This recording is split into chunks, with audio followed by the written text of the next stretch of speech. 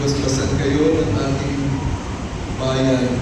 Naniyahan ang lahat ng ibang tao para dyan sa audience, ilagay natin ating mga kamay sa kanila. Panginoong lumikha ng lahat, pinupuri at pinasasalamatan ka namin sa biyaya ng buhay. Dinggin mo ang panalangin ng iyong mga lingkod na ginugunita ngayong buwan, ang araw ng kanilang kapanganakan at nagbubunyi sa lubong buhay at pag-ibig, pamilya at mga kaibigan. Biyayaan mo sila ng iyong presensya at balutin mo sila ng iyong pagmamahal upang kanilang matamasa sa habang panahon ang isang maligayang buhay na kalugod-lugod sa iyo.